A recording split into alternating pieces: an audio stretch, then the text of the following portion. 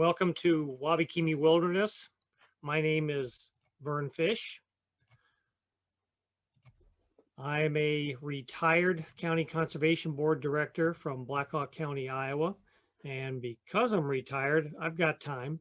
And I've been doing a lot of paddling all the way from the Arctic Circle to the Mexican border with lots of points in between. And I'm currently the president of the Friends of Wabakimi. A couple of my friends here, Ray and Dan, they're on the Green Mantle River in Wabakimi Provincial Park. And they're doing what I love to do. They're paddling because there is a magic in the feel of the paddle and the movement of the canoe, a magic compounded of distance, adventure, solitude, and peace by Sigurd Olsen. These are words that I believe in because I really enjoy paddling, and Wabakimi gives me a chance to experience that feeling, magic compounded by distance and adventure. So we're going to help you find an opportunity to go explore Wabakimi. Wabakimi, what does it mean? Well, whitewater, the sheet is white. It's home to an endangered species of woodland caribou. There are not very many, but there are some there. Where is it at? Well, Wabakimi Provincial Park is in northwest Ontario. For us south of the border, that's where the boundary waters and Quetico is located. So Wabakimi is north of the boundary waters. Woodland caribou is in western Ontario. So Wabakimi is east of woodland caribou. And I reference Polar Bear Provincial Park because Polar Bear is the biggest provincial park in Ontario, and Wabakimi is the second largest provincial park. So Wabakimi is big. It is a large, large area. This is Thunder Bay. This is Armstrong, which is a small community, but it serves as a gateway to the Wabakimi area. There's Armstrong. Well, how far? Well, let's take a little closer look. There's Thunder Bay. There's Armstrong. Armstrong is about 3 hours north of Thunder Bay. Wabakimi is about 17.5 hours west of Waterloo, Ontario. Winnipeg is about 10.5 hours west of Thunder Bay. And where I live here in Waterloo, Iowa, it's about a 12-hour drive. So it's a manageable drive. You can get there in one long day or break it into 2 days. But you can get to it from the upper Midwest. The park. Well, as I noted, it's the second largest provincial park in Ontario. Polar Bear is the biggest. It was created in 1983 and it was expanded in 1997. It was primarily expanded, not the only reason, but because of woodland caribou. So it protects some cultural and natural resources and is prime habitat for the woodland caribou, although there aren't very many in the park. It's a treat to see one. The park itself is 10,000 lakes. Now the area, which includes all the surrounding public ground, has far more than that, but 10,000 is a good starting point. There's a lot of water. It is a world-class canoeing opportunity. Thousands of kilometers, and the best thing about it is there's fewer than 700 people a year that actually go into the region. It's not overpopulated. You're not going to see another paddler. It also includes, the Wabakimi area includes the Crown land that surrounds the park and portions of 5 other forest management units, in addition to 6 other provincial parks and 3 conservation reserves. These are an example of some of the other public areas that surround the park. When you put this all together, Wabakimi area is almost 10,000 square miles. This is an area that's big enough to swallow the state of Vermont or 5 Prince Edward Islands. This area is huge. Let's look at it. There's the Albany Provincial Park. All the white is Crown. There's a lot of Crown land. There's the Brightsand, Kopka, Ottertooth, Gull River, White Sand, Mojet, and Atwood River. So you have all those provincial parks and they're separated by all that public ground, which is referred to as crown land. This is a huge area with a lot of water. I got involved in Wabakimi through the Wabakimi Project. This was a project started to clear existing routes in the park. It quickly expanded to connect canoe routes across the crown lands to the adjacent parks and conservation reserves. During the course of from 2004 to 2018, the project involved 244 people on 153 trips. And what's really impressive is they identified over 1,000 campsites and found, measured, and cleared over 1,000 portages. Pretty impressive. This was all done by Phil Cotton. Phil Cotton was an avid canoe historian and retired Thunder Bay, Ontario teacher. He managed the project from 2004 till he passed in 2018. He spent his winters searching, researching, and planning routes and recruiting volunteers to do all this work. I was involved in 2008. As a result of all this work, one of the products was a planning map. This map includes all the public ground, the crown land, the provincial parks, and of course the park is the center of this, and all the canoe routes across that area. So this is the planning map that's been produced. Within that, there are 5 volumes of canoe routes for different watershed zones. Let's take a look at that. Here are the zones. If your volume 1 is going to be the central region, volume 2 is the Albany River in the northwest region, volume 3 is the south central of the Ogoki of tributaries, volume 4 is the northeast, and volume 5 is the southeast. So the area is pretty well covered. And what do these map planning volumes provide? Well, let's take a look here. So again, here is the planning map. And say I want to do a trip on the Albany River in the northwest corner. Go back to my planning maps, the zones they cover. Volume 2 will cover that zone. So there's volume 2. And let's take a look at one example of that. We're going to go down the mighty Albany. And so here's what's in volume 2. Say we're at Patty Lake. That's what it looks like early in the morning. We're going to go to the Upper Falls. And this is what it looks like looking up at the Upper Falls. And you notice there's a little tent, little campsite sign in there. Well, that's what this looks like on the ground. That's the actual campsite.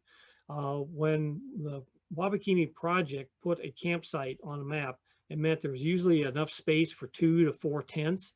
And so in this case, you can see we comfortably handle, we actually had 4 tents on the site. You only see 2 here.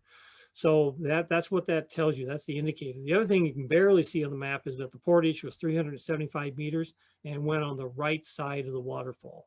And that's critical information. You need to know where to get off the water to get onto a portage. The maps provide that detail. Another detail here is that there's fast water, swift water, rapids. Those are marked with those little slash marks. We go a little further downstream. Here's the falls. A little hard to see, but the portage is 122 meters. It's on the left side. And this is what the falls looks like.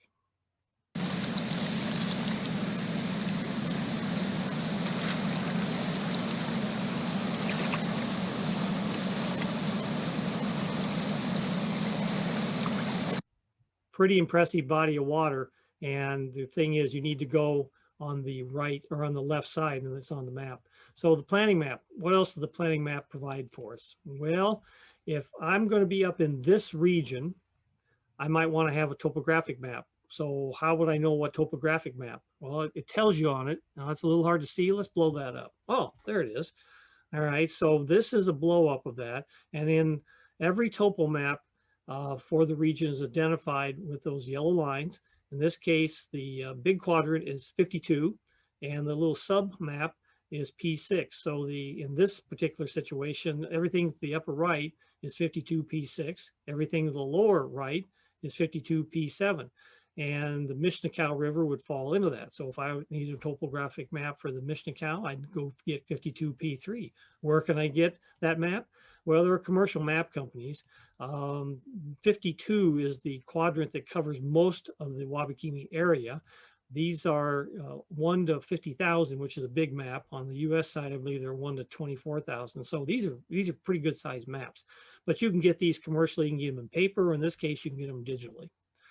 The guy who did most of the work on our planning maps and on our map volumes was Barry Simon. Barry was responsible for all that work. He spent a lot of hours putting these maps together. He was also an advocate for the Wabakimi Project, and he was the first president of the Friends of Wabakimi, and as such was a recipient of the Phil Cotton Legacy Award. Thank you, Barry. Well, again, Phil lived a great life, and he worked hard on the Wabakimi Project, but he realized that the project was going to need somebody to carry on the work when he wasn't there. And so to continue his legacy, he created the Friends of Wabakimi in 2014. The Friends is an organization. It's actually an international organization. It's registered in Ontario. The corporate office is in Thunder Bay, and our board of directors is a pretty international bunch. We have to, by Ontario law, 25% of our directors have to be Canadian, and we're about 50-50. So we pretty well got that covered. Our membership is about 50-50, 55 US, 45 Canadian. We got a few Europeans involved. At one point, we had a New Zealand member. So we're an international organization. Because of that, because we have to mail stuff on both sides of the border, we actually have distribution managers for our maps and products.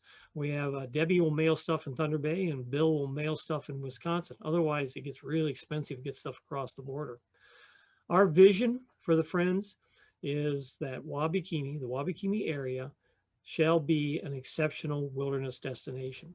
And our mission is to advocate for the protection and the preservation of the diverse resources in the Wabakimi area. Our next annual meeting is going to be virtual. It's scheduled for April 4th. So you're welcome to participate. It'll be a Zoom meeting, and that'll be posted on our website. So the Friends, started by Phil Cotton in 2014. Got a lot of things going on, but what can we do for you? Well, one of the important things we can do is help you plan a trip. We've already shown and shared a little bit about the canoe route maps. We also talked a little about the planning map, and all this information is on our website at wabakimi.org. And so that's the place to go for more information. There's a lot of stuff there. The most exciting thing, the newest thing that we're doing is writing the Wabakimi Canoe Routes Guidebook. The need, why are we doing this? Well, one of our objectives is to help visitors safely plan and execute a trip to the Wabakimi area. The planning map identifies potential routes, but the scale is huge, 1 to 210,000. It's huge. So you really you can't navigate by this. It's just not, the detail isn't there. The canoe route volumes provide details for specific route segments. And we've already shared, here's an example, volume 2, and this is a segment of the Albany River. What's missing is the information you need to plan and safely execute a trip into the Wabakimi area. The Wabakimi Canoe Route Guide will provide a list of primary canoe routes and the details you need to plan your trip. This is what the cover is going to look like. And the guide will supplement the planning maps and the 5 canoe route volumes. That's our goal. Let's take a look at it here. All right, the contents. What to expect. It's going to tell you what you're going to see along the way. It'll help you identify where to begin your trip, where to end your trip. It'll help you with planning details. It actually will have several examples of canoe routes with narrative and trip summaries. And that narrative will be very important because it's been written by a paddler, somebody who's actually been down the route, and a professional writer. So it's going to give you the detail you need to think about, is this the right route for me? One of the things I think is really neat about this document, this book, is what I call mini planning maps. Each route will have this kind of a map associated with it. This is from the Allen Water. What it will tell you is where to access the route. In this case, it's off the railroad. It's off the railroad line coming from the south going to the north. It will lay out, in this case, there are 2 routes. There's a northern route and a southern route. He'll tell you where you're going to end. In this case, you end at Little Caribou, which is just north of Armstrong. Now there's some detail here. You can see where it shows portages, has some distances, shows campsites, but that's not a navigational map. So this is where volume 3 would come in, because those details are included in volume 3 right there. And so now you start to see how the products all come together to help you plan a trip. So contents, what to expect. So the narrative is going to tell you, is it a whitewater stream that you're going to try and run?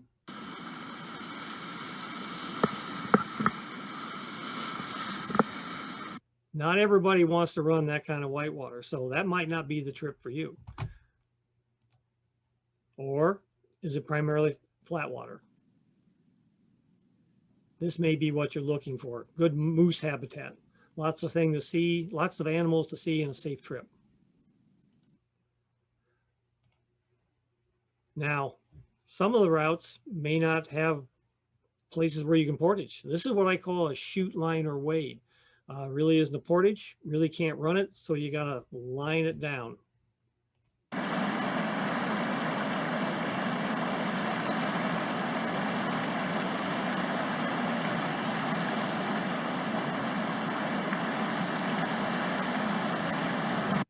That's not for the faint of heart. That may be a route that you don't want to follow, or if you're really adventuresome, maybe that's the route you do want to follow. The guide will help you make those kind of decisions. If you're going to run the railroad, if you're going to use it to access the park, the guide will provide the details on where to stop, the mile markers, the schedule, how to go about getting your tickets. It will provide that kind of background information.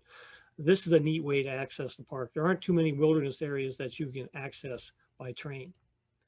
And it will also help give you some insight and connect you with the outfitters who can fly you in or fly you out.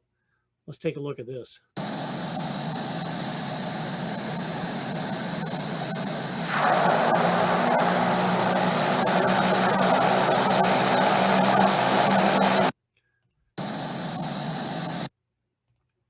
After spending 2 weeks on the Albany River, that's a pretty welcome sight to see the plane fly in. Wabakimi is a great place to do your first float plane trip. It's a little more expensive, but it's really worth it because you get to see the landscape, you have the thrill of landing, and you also sometimes have the thrill of the plane coming and getting you when you're ready to go home. The author is Lawrence Mills. Lawrence Mills was born in Canada, born in England and moved to Canada, spent 30 years in financial services, retired, moved to Northern Ontario, became an avid paddler, and became very determined to make sure other people could explore and enjoy the stuff that he was enjoying. So he started putting maps together. He has a company called WabakimiMaps.com. And therefore, he is in a unique position to put this guidebook together because he has paddled these routes. And so when he writes a narrative, it's from personal experience. So Lawrence is the editor of the Wabakimi Canoe Routes Guide. Some of the routes include the rivers listed here. These are premier routes, and it'll take you a lifetime to paddle them all, but the book will have all that information about these routes. Again, our vision for the Wabakimi area is it shall be an exceptional destination for wilderness recreation. We want all of our paddlers to be like Hank here on the Greenmantle, to be happy, to have a good experience, to really see the beauty of the Wabakimi area, to enjoy what is something that just is disappearing in our world, wilderness. And our mission is to help participate in the planning process to advocate for the protection and the preservation of these wilderness resources. So how do we advocate for the protection and preservation of these wilderness resources? Well, our first project was planes, paddles, and portages. The Wabakimi area has been there a long time, and there's been debris left on the landscape, legacy debris. It was there before the park was a park. This is rare, but you will find this on some of your trips. And this does not help the wilderness experience. So what we have done is partnered with Ontario Parks and the park superintendent of Wabakimi to put together a fundraiser to help pay the park system to haul this out. Their portage crews will find these debris piles, cut them up, stuff them into an otter, and fly them back to Armstrong, where it'll go to a landfill or be recycled. And we're doing this in partnership with Ontario Parks. We started this fundraiser in 2020, and the work will be done in 2021. We're going to go into 4 lakes. The first 2 here are Burnt Rock and Grayson Lake. There's Burnt Rock and there's Grayson. That's in the northwest corner. And we'll also be working in the southern region, which there's the railroad lines in the southern part of Wabakimi, and this is Surprise and Cache Lake. And what they've identified is in these 4 lakes are about 12 sites that they want to clean up. And our goal is to restore these sites to their natural setting to improve the wilderness experience of the paddler. Now, what did we have to do? Well, our goal is to raise over 7,000 Canadian, over 5,000 US. And we did this with credit cards. You can make direct contributions. If you're Canadian, you can send it directly to Ontario Parks so you get a tax credit. And you can do it by credit card. And the good news is we're successful. We have met and surpassed our goal. We got there. We got over $7,000 Canadian. And so next summer, the park staff will be out there in those 4 lakes trying to clean up 12 of those sites. But there's another part to this. The Wabakimi area is not just the park. A lot of it is the Crown land. All this white is Crown land. And that Crown land is broken into forest management units. There's the Ogoki, the Black Spruce, the English River, and the Caribou Forest. And the area around Armstrong is now labeled by its indigenous name. So these 5 working forests, and working in the sense that lumber will be harvested, fiber will be cut, but they have forest management plans. And what we're doing is working with the Ministry of Natural Resources and Forestry on these forest management plans. For example, this is that green area north of Armstrong. It's going to be logged, but we're a voice in how that logging is done and when it's done. There are going to be roads to access these logging areas. And again, we are a voice at the table. We are trying to protect canoe routes, campsites, and wildlife habitat because we want to maintain that exceptional wilderness destination. Our canoe routes, your canoe routes, flow through these working forests. And we want you to have that sense of wilderness, even though there is activities taking place around the routes. If we do it right, there's enough of a buffer, you won't know what's happening out there. And we're also going to protect the wildlife that you want to see, such as caribou. Also, to help people explore the area, we have been putting together seminars. Here's an example of 2 of them that we've done this winter to share the experience of being in the Wabakimi area. 4 of these seminars and webinars were done on Zoom this winter. And again, our goal is to help you know more about the region and be able to plan a trip that meets your needs. I have one more secret to share with you about the Wabakimi area. It's the boreal wave. You need to know what this means because there are so few people that paddle in Wabakimi that when you see a paddler, you need to know what the proper salute is. So I'm going to have Ray share the boreal wave.